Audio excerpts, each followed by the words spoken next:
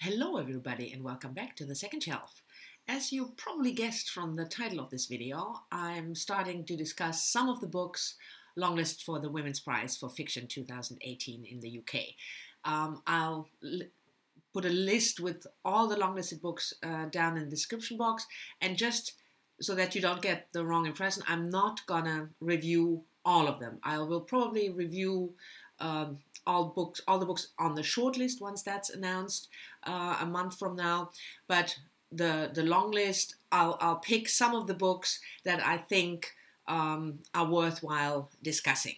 And the two books today I want to discuss is Eleanor Oliphant is Completely Fine and Three Things About Elsie. And the first up is Eleanor Oliphant is Completely Fine by Gail Hanneman. Gail Hanneman is a Scottish writer, and Eleanor Oliphant is her debut novel, which, by the way, if you look at the list, might also strike you the amount of debut novels included on the list, which is, yeah, on the one hand, I think it's great that debuts get attention, you know, by being on the long list if they're really good, and there are a couple on them. Elmet, for example, by Fiona Mozley, which I praised last year endlessly.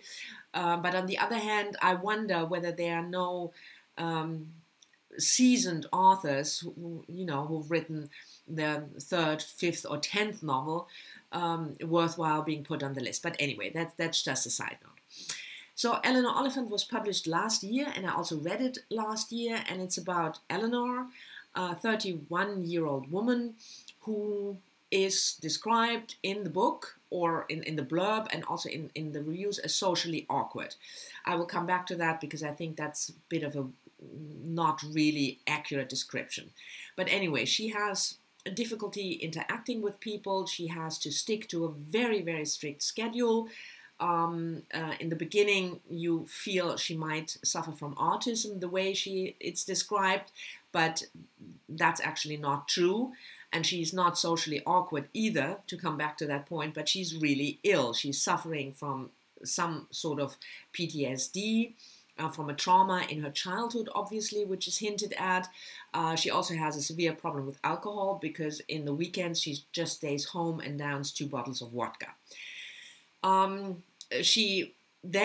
life sort of opens up when she meets an office worker, an IT guy, who is also quite weird in a way because he's very grubby, described as unclean.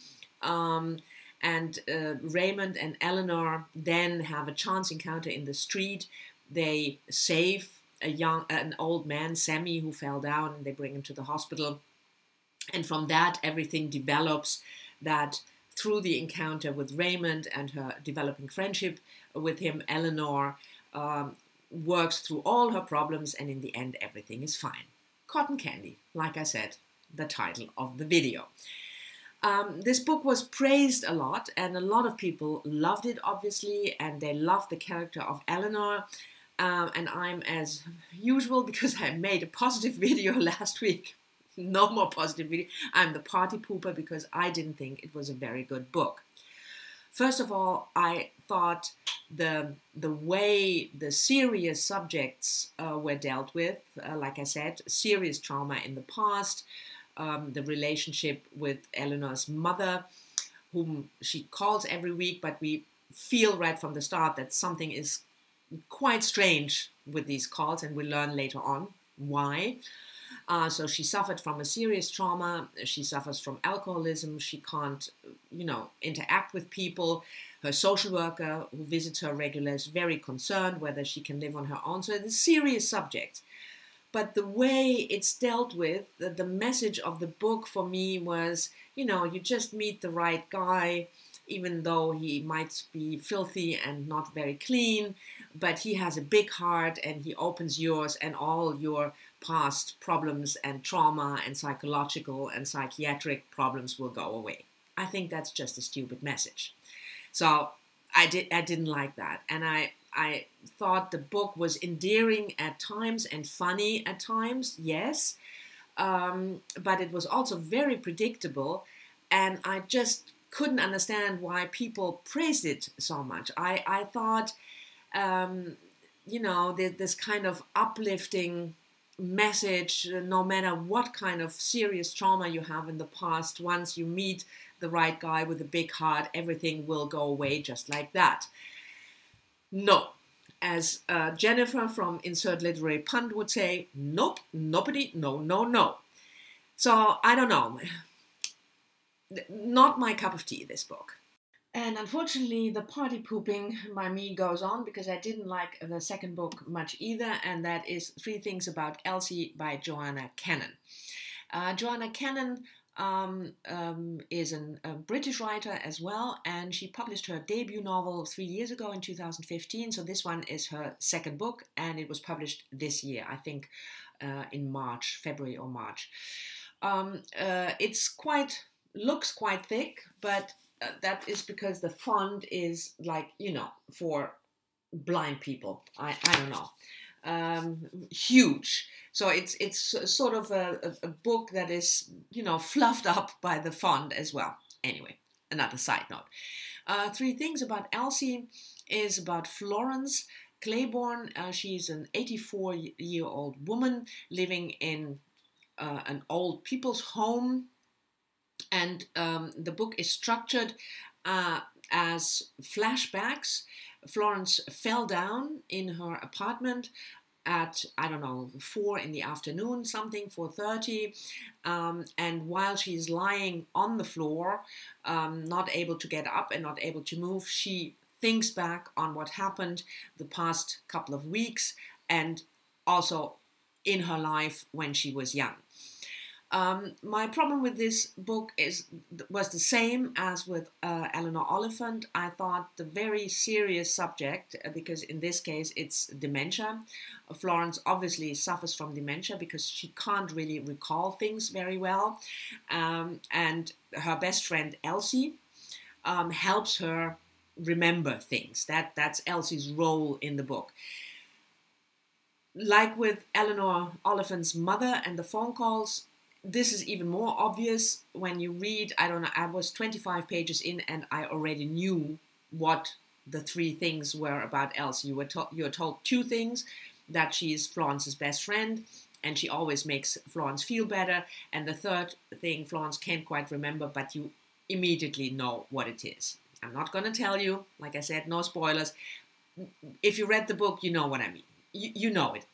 Anyway, so Elsie is Florence's best friend, and something happened in this old people's house because a guy moved in whom Florence thinks she recognizes from her past and who is supposed to be dead and who was a really, really bad guy.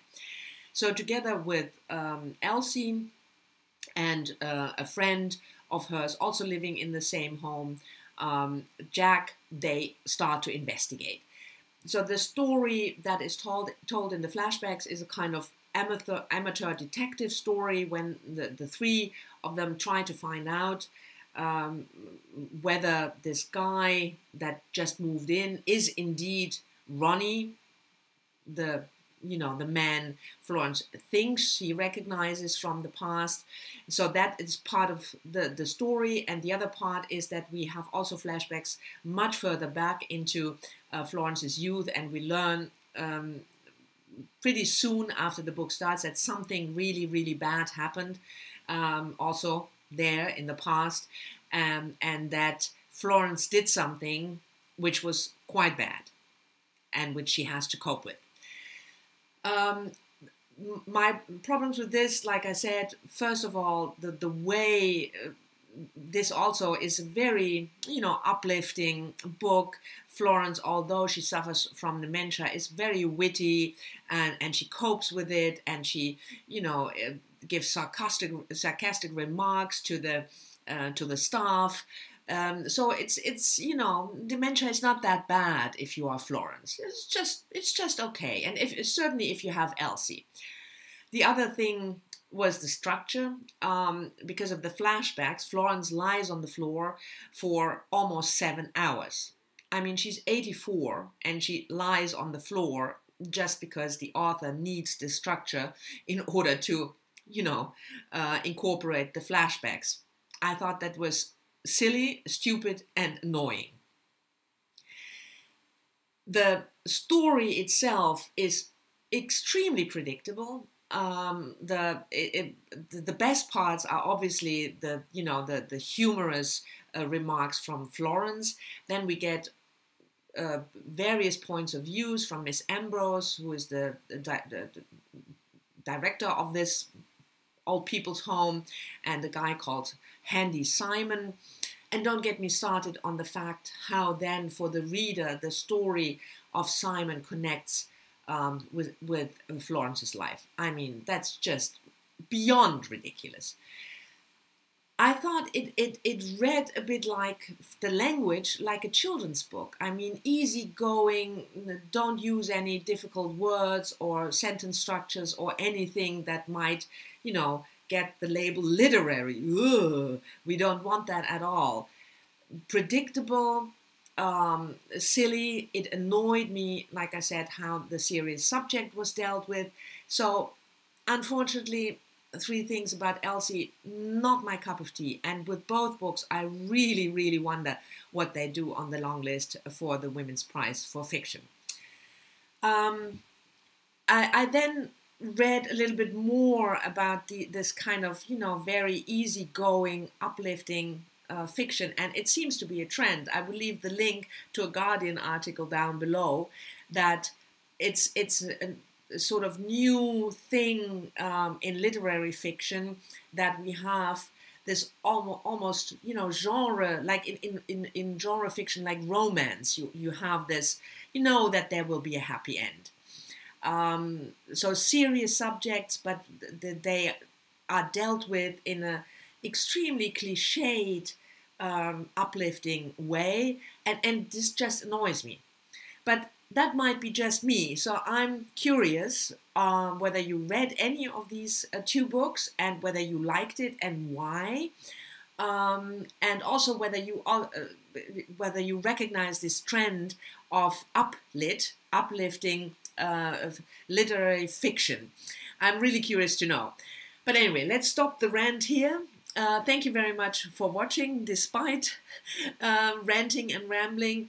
I hope you've enjoyed it nevertheless, and I'll see you all soon in my next video. Bye-bye.